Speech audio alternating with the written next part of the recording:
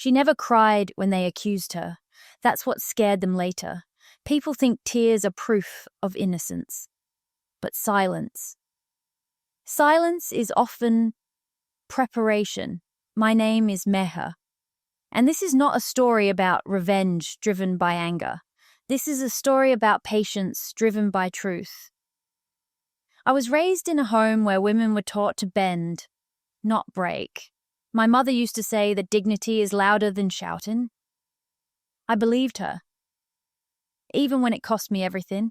I married Arman Qureshi when I was 26. He was charming, respected, and admired by everyone around him. A self-made businessman, a devoted son, a man people trusted blindly. They said I was lucky.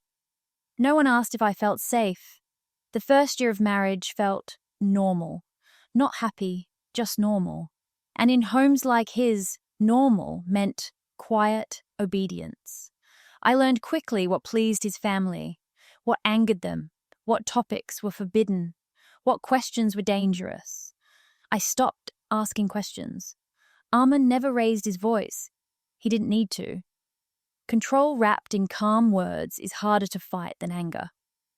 You don't need to work, he told me. My business earns enough. I had a career once.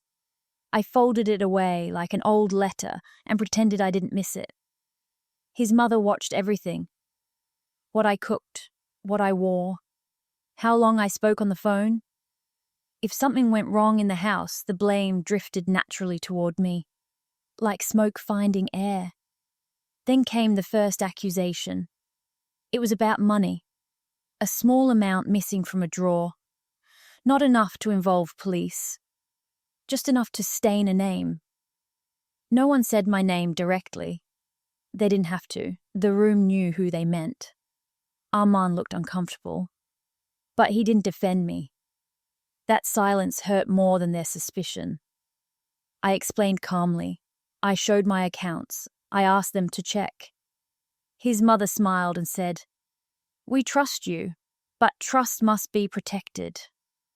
After that day, things changed. My phone access was questioned. My outings were monitored. My conversations were overheard. They didn't call it control. They called it concern. Then the jewelry disappeared.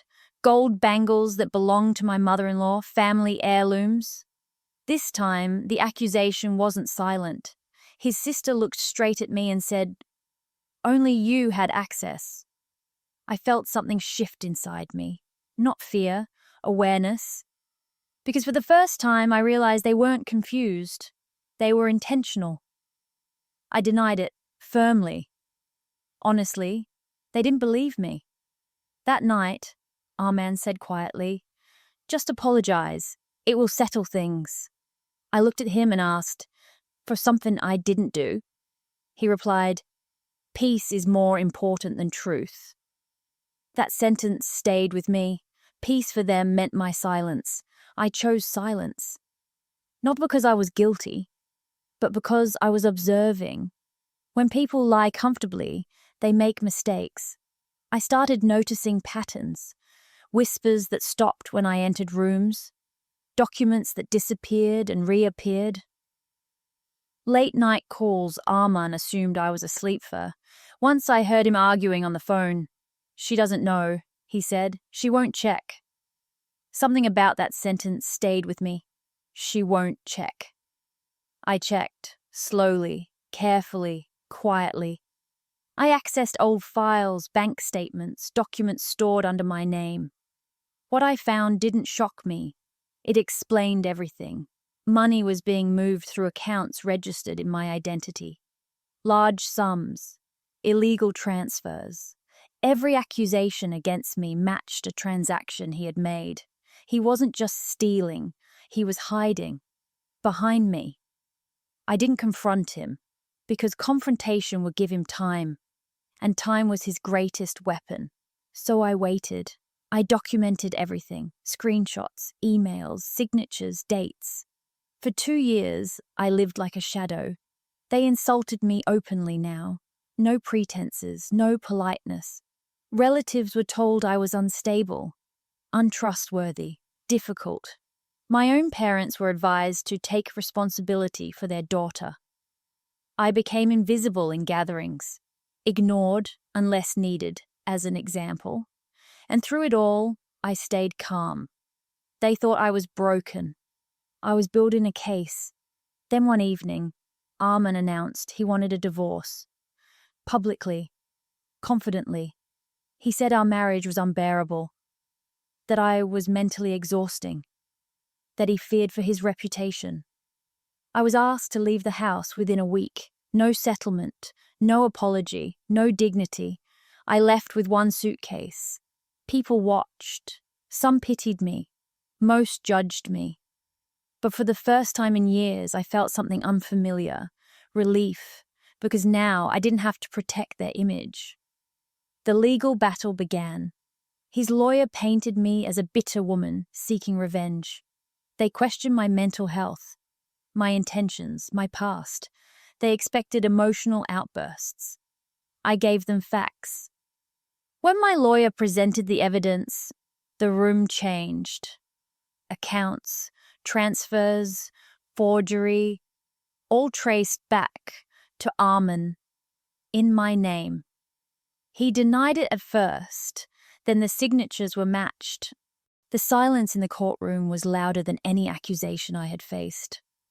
Armin looked at me, truly looked at me, and for the first time he was afraid. The judge asked me why I stayed silent for so long. I answered honestly, because when truth is spoken too early, it is buried. I waited until it could stand on its own. The verdict took months, but justice has its own pace. Arman was convicted of financial fraud and identity misuse. The family that once humiliated me stopped showing their faces in public. Their doors closed, their phones went silent. They reached out to me. Apologies, explanations, regret. I listened, then I walked away. Not because I hated them, but because peace for the first time belonged to me. Today, I live independently. I work, I choose, I speak when necessary, and I stay silent when it matters. Because silence is not weakness. Silence is discipline. And justice does not always arrive loudly. Sometimes it walks in quietly, carrying the weight of truth.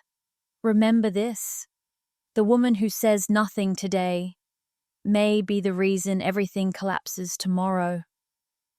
Every story has a verdict. This was mine.